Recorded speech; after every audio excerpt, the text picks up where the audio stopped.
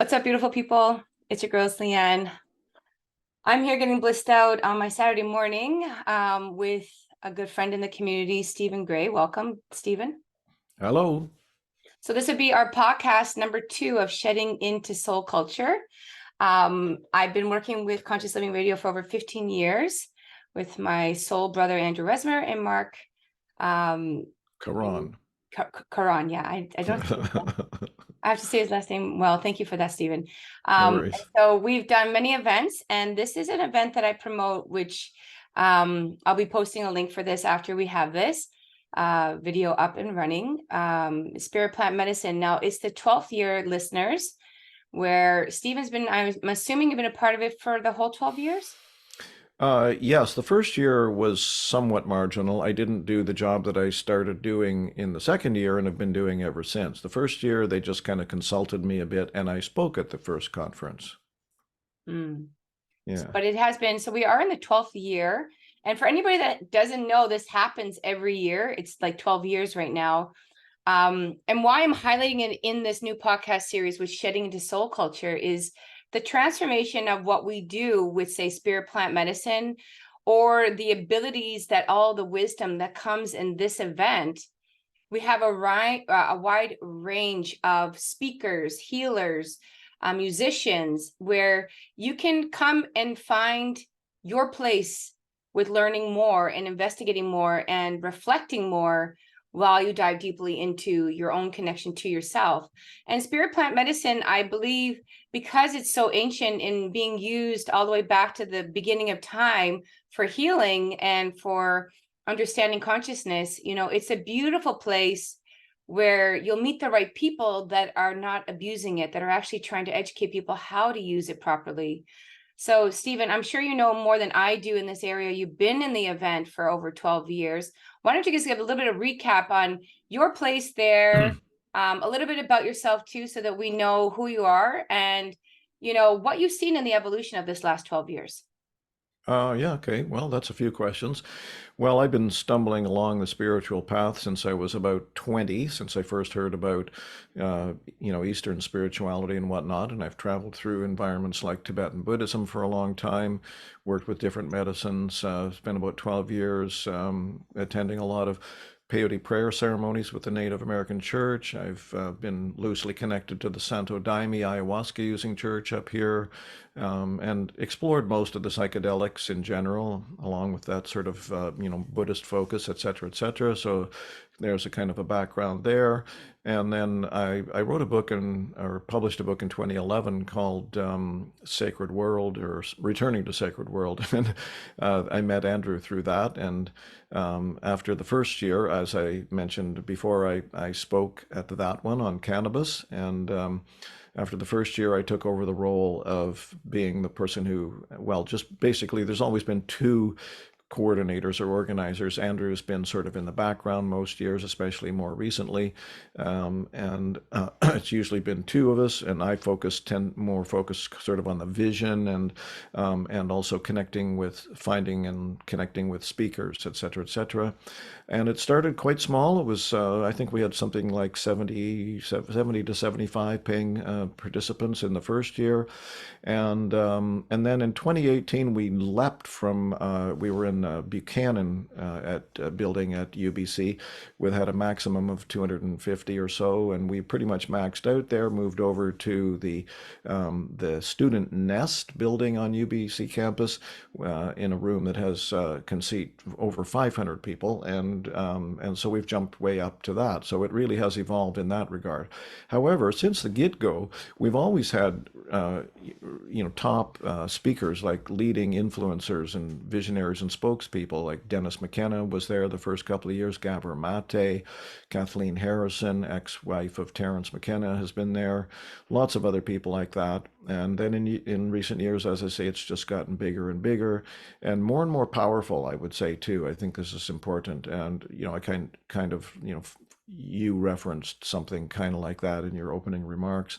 I feel that the Spirit Plant Medicine Conference is um, it's a kind of there's many different words you could put on it, I guess, but I like the term empowerment node, something that popped into my mind the other day. It's like we are gathering minds at this point because the planet, well, partly because the planet is in such dire straits at this time, and conditions likely to continue to worsen on the material level. Chaos seems to be growing on multiple levels, and the psychedelics, when used, as you mentioned yourself, in careful ways, in respectful ways, responsible ways, with skill, with intention, often with guidance, etc., are arguably, and I would say capital A, arguably, our best, most potent tools for healing and awakening at this time. Not to disparage any other modalities, of course, but it's like the psychedelics, when they're used properly, just go like straight to the core, right? Mm. Yeah. You said that I guess because you've been in these groups, you've had your own personal experiences with varieties of medicine. Oh yeah, most of them. Yeah. And then that journey for you started at a young age, or that was an accident, or how did that happen? Well, Terence McKenna once said that he thought the 1960s were largely misplayed because people took powerful psychedelics. LSD was the main one in those days for this culture, and didn't understand that the potential for ego dissolution. And basically, most people tried to avoid that. He used an old term, or an old metaphor, whistling past the graveyard. It's like the graveyard is ego death, which potentially opens up into our true nature of connected to the divine, et cetera, et cetera. But that means the dissolution or letting go of, or the emptying out of everything that we've collected, that's put together this little ego thing that we have, this being that we've created over the course of our lives, and probably many lives before, that we through which we decide what's real, what's not, what's true, what's not, what's safe, what's not, etc., etc. Mm. But it's just a kind of a fiction. That's what Buddhist teachings would say. It doesn't exist other than as a collection of ideas and thoughts in our head. That's that separate identity, and psychedelics have the potential of dissolving that. But we're afraid of that. So most of us are deathly afraid of that, in a sense. So we look the other way as we walk by the graveyard, as it were, of ego dissolution potential. And that's what happened to a lot of people. And I took psychedelics in some poor ways in those days as well. And although I did have a couple of really stunning experiences, which kind of got me going as well. There was a meme at the time, I guess you could call it a meme, that was floating around the psychedelic community, especially those people that were interested in the spiritual aspect of psychedelics. That okay, so you've had this amazing experience, felt like you one with the divine, or one with the world, or this incredible love came out, or whatever. But now what are you going to do? You can't keep taking acid or a psychedelic every day or every week for the rest of your life. So many people, including myself, realized that you needed some kind of ongoing practice. Nowadays, we often talk about it as integration when we're speaking of psychedelics. So that led me into Tibetan Buddhism and all that kind of stuff. But anyway, yeah, I've had a lot of experiences with these things, stumbling along for all these many years.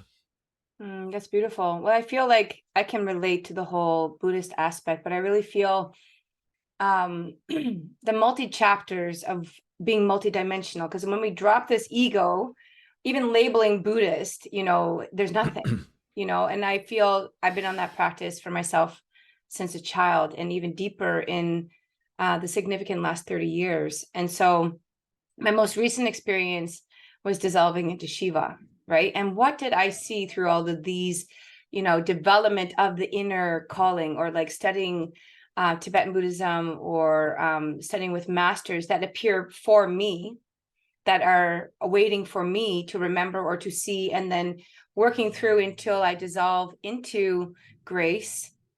How the experience of anything can be observed, and how how beautiful life can be in that ego death. And I feel when people start talking about ego deaths, or they come into, wisdom that could be, big language for listeners, the most important thing that I can highlight in why people should get more educated and come to spirit plant medicine events would be, first of all, understanding your breath, understanding your mind, and then going on a journey with these medicines to maybe heal some either trauma of your own or trauma that you don't realize you're carrying, that you'll start to experience with your higher states of consciousness when on these medicines, right?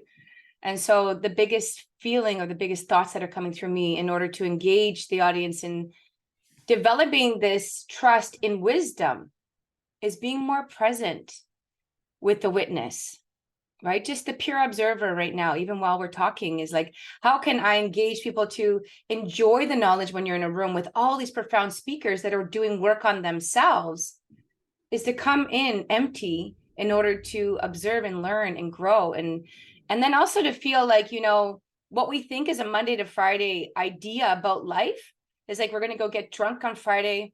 We're going to go hammer ourselves in finding some way of finding happiness. Why not educate yourself in a wonderful seminar like this about going on a journey with yourself versus just like over expanding something where it's uneducated? So I feel that awareness of what I want to bring into this place of like the history of where you've been, the history of the 1960s, the history of the knowledge that is, been building in this event that you guys have, is enormous library of things that many people need, and they don't even know they need it at times because nobody's guiding them. They're just trying to figure out from inside, but there's so many profound teachers that are out there really trying to support this medicine and how it can connect you consciously. Maybe you can also talk about some of the speakers in the past and some of your experiences with them, and what they provided for you on your journey, how that's helped you grow in the last 12 years. Gee, I'm not sure about that one. We've certainly had a lot of wonderful people. I mean, they're all, I've been the one, as I mentioned, who's essentially been the only one dealing with them. So I've had lots of conversations with a lot of these people, and met them all personally. And I find they, in pretty much across the board, I would say they've done they're walking testimonials of the value of using these kind of medicines effectively, skillfully, because these people they're not egotists. It would be kind of weird if they were, in a way. They're not prima donnas. Generally, they're really gracious. They've just been really nice people to deal with, and I've been really happy to have met this kind of person. If you don't meet people like this, you might have a darker view of humanity. But I believe that there are let me take this to this place. This is not exactly a direct answer to your question, but the reason for the conference is it's not exactly just about psychedelics. It's about psychedelics as awakening, healing medicines in service of a vision for healing the planet. So first of all, we heal ourselves, but it doesn't stop there. It needs not to stop there, because if I heal myself, so to speak, but don't participate in helping others, in helping create a vision for what you call soul culture, or whatever you want to call it, then that's not much good, because there's 8 billion people on this planet, and it's a difficult time. We need compassion, we need vision, we need confidence, we need that warrior mentality, the good kind of warrior mentality, people to get out there and do that work. And so that's what the conference is actually for, is to bring people together, and not by no means just to listen to wisdom carriers, of which there are many. And I'm particularly thrilled about, honestly, about this year's speaker group. It's the most diverse we've ever had.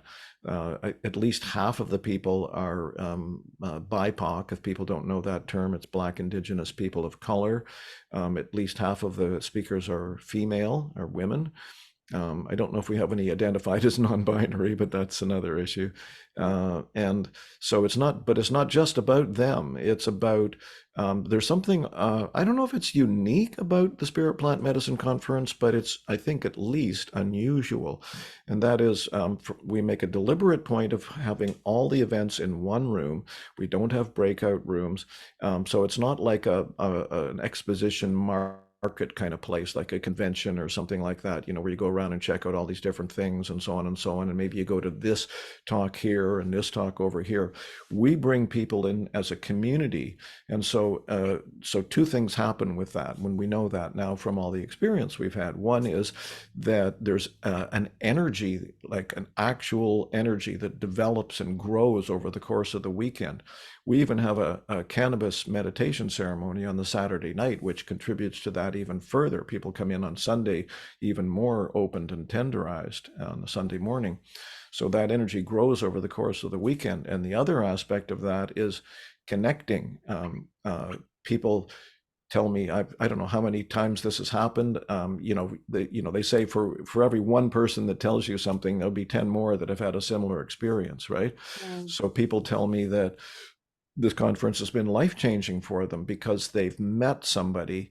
Like I'm the MC usually, and I will be again this year probably. And one of the first things I say at the beginning is, look, no matter how, reticent you are, how shy you are normally, I really strongly encourage you to walk up to complete strangers, introduce yourself, ask them why they're here. And the next thing you know, you're going to get into a conversation with somebody and you're going to find out that they've got some incredible work going, or they know some amazing ceremonial leaders or whatever. So it's been a fabulous place for networking, so to speak. I don't even like that term that much. It sounds almost too businessy, but connecting networks, connecting net, you mm, know, links to people. mm, And again, as I mentioned a few minutes ago there, I think this kind of empowerment node is really essential for the planet right now, to gather people together who have at least an interest in their own healing, and hopefully, as I say, expanding that outward into the world. Um, it's going to become even more important to gather those people together. beautiful. And as you're talking, I was just thinking through this. And the beautiful thing about podcasting is that we're so vulnerable, and we're here right now getting some new information out to the world about events, or an opportunity just to be also raw and vulnerable.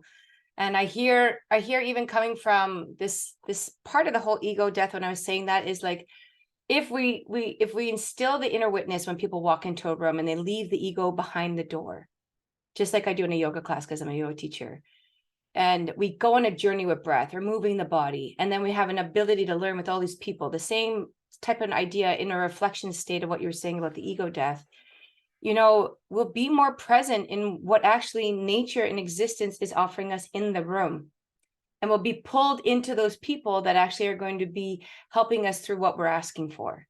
And that was my intention in giving a reflection on this whole awareness about observation when we're anywhere. And the same thing with the medicine is like, who will you be drawn to when you come to this conference, and who will be there for you to go on a healing journey with, and then all the information that they'll be able to provide you, because it should feel natural. It should feel like, why always, when I hear people talking about um meditation, or they talk about a journey there, what do people even understand about that if they're not doing it? The clear point is, walk in as an observer and allow yourself to feel drawn to what feels right for you. And people are doing that anyways, what will be natural, because it won't happen if it doesn't.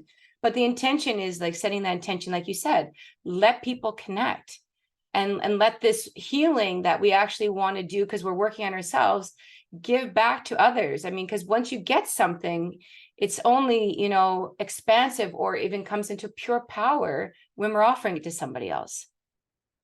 Yeah. Well, I think it happens kind of naturally there. People do come in with an open mind. I think that's the simple way to put it, is, enter in, try to withhold judgment, and learn and listen. But that's just a general recipe for a wise way to proceed through life anyway, listen more than opinionate. Yeah. Yeah. And that's the whole thing about the ego too, because we have to carry it. But then when we stress on understanding that we uniquely all carry one to have our uniqueness, it's like, well, how do we feel unity in a room?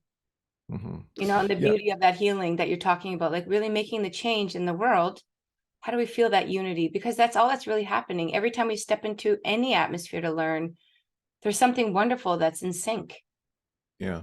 I think it is happening naturally, and I think, there's an old saying, necessity is the mother of invention. And I think as, necessity deepens on this planet, there will be more and more invention. I just want to make a comment about you. You've made references. I started that ball rolling, but you've made several references since then to this notion of ego dissolution or ego death. And I just want to say that, I think it's important for people to understand that it's not a war against ego or something like that. Ego is not like this enemy in that sense. The ego is the identity that we've formed. It's since we were born, as I said, probably from lifetimes before that as well, and it's got us this far, each one of us, to varying levels of culpability and success, of course, but it's what we needed to survive. But what's needed now for most of us is to look at, like, with neutral eyes, as it were, to look at, take a clear examination of what stories we have told ourselves that are holding us back from realizing our true nature as awakened beings. So that's what the world needs, is more and more awakened and awakening beings. And so it's not like we're, trying to, stamp on this ego or whatever. It's part of us, so to speak. It is us on one level. It's just looking at the stories. Maybe we should even like set aside the word ego for a minute and just say, the path, as it were, that psychedelics can help with, but are not the only means to, and certainly not by themselves without, another kind of practice or integration, like I mentioned about the 60s meme, or early 70s, like you need a path, you need to practice, you need to pay attention moment by moment. That's the real work, is every step of the day, every moment of the day, just trying to be, as you yourself said, Leanne, a couple times, present, and that's again, a non-judgmental recognition of the little sneaky little stories we tell ourselves that are often hidden and buried as well, that limit us, that cause us to be confused, to cause us to suffer, and so on. Mm. So yeah, I just wanted to make a little bit of a clarification about that, because sometimes people think, oh, ego, I must crush ego.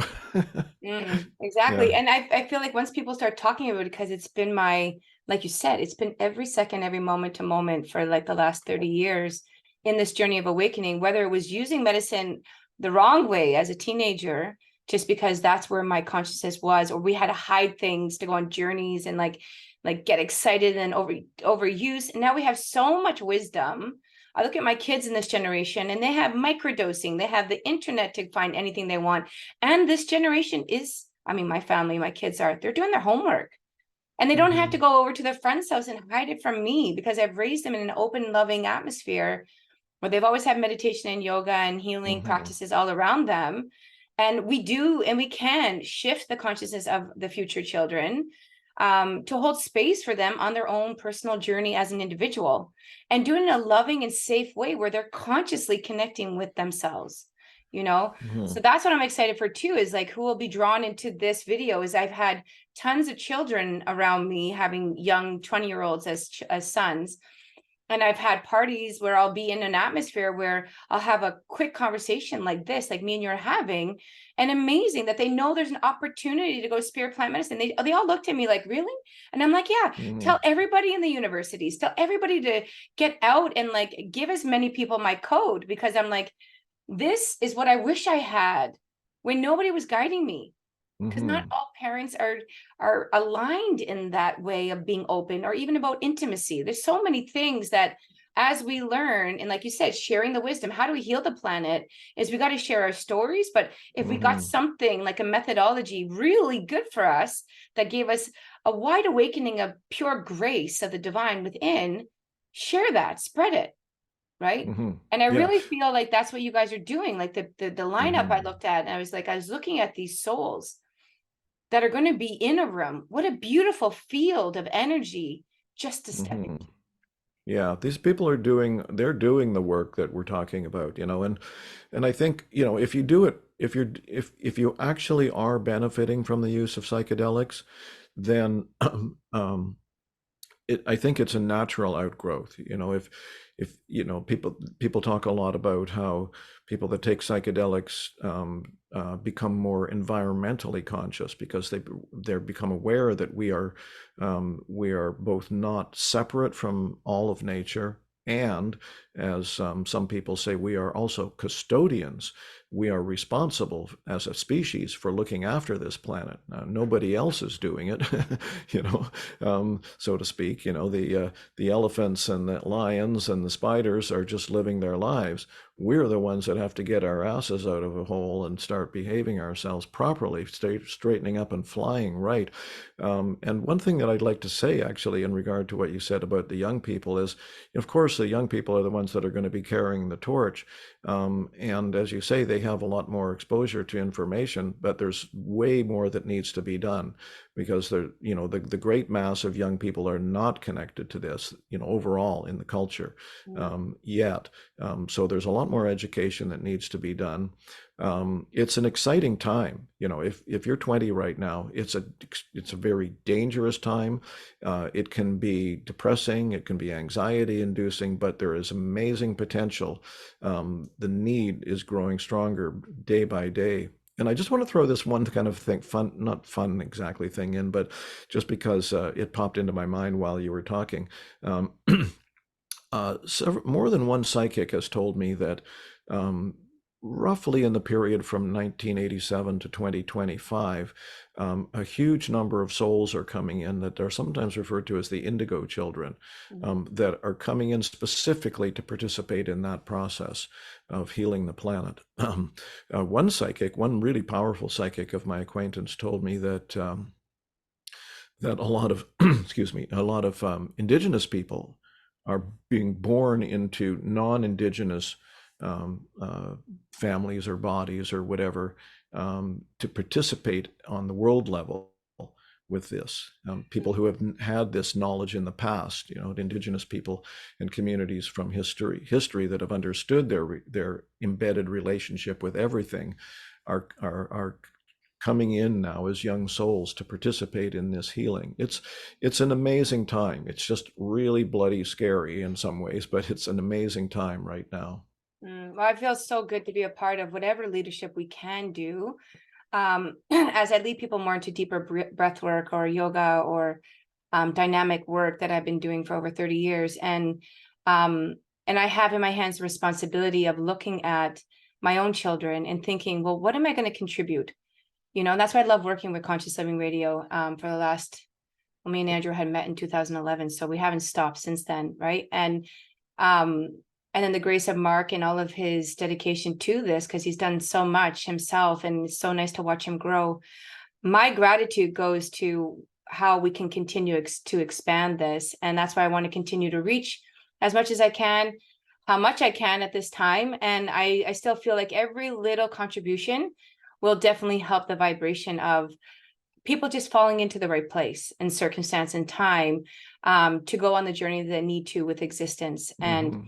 I want to just highlight, so the location this year, is it the same location, UBC, or where are you guys at this year? Yeah, it's in the building called the Student Nest, which is the relatively new student building or student union building at UBC, University of British Columbia, and I think it's called the Great Hall on the second floor. But if someone gets a ticket, that'll become evident quite easily. Mm. We are still selling a level of early bird tickets. I'm not sure. I think it might be 35% off at the moment, but generally Mark never does. Mark takes care of all that. We agree on it, but he kind of makes sets that up online and all that, and he usually never gets quite to the like the full price. And as you mentioned, sometimes there are discount codes available and so on. But Mm. some people who are struggling financially may find it expensive, but it's not, as conferences like this go, it is not an expensive conference, and we're very conscious of that, trying to make it affordable for people. It's we're offering a hell of a lot, I think, for almost 3 days for the prices that people are asked to pay for this conference. And as I mentioned earlier, it can be life altering for people to make the kind of connections that they make there, that they learn the kind of things that they will learn from the speakers, but also, as I say, connecting with each other. It's really, as I said, an empowerment node in that regard. Yeah. And it's November 3rd to 5th. Yeah. So we look forward to that, November 3rd to 5th. I will drop links also after this podcast. When I put it up and I post it, I'll share it with you, Stephen, too. And any listeners that are there that have a chance to listen to some of the wonderful things that we've already tried to convey, please direct message either one of us or Mark or Andrew if you have any questions about what you can learn, or if you want to volunteer. There's a lot to keep this growing. There's also a huge database of previous years of so many wonderful talks that you can get access to through the website too, and when you become a member. So Stephen, it's been so great just to start this journey with you and meeting you heart to heart here on the screen. I look forward to seeing you at the conference, and likewise, thank you for doing the work that you're doing to contribute to the betterment of humanity. You're welcome. Yeah. Okay, great. All right, have a great day. Thanks, you too.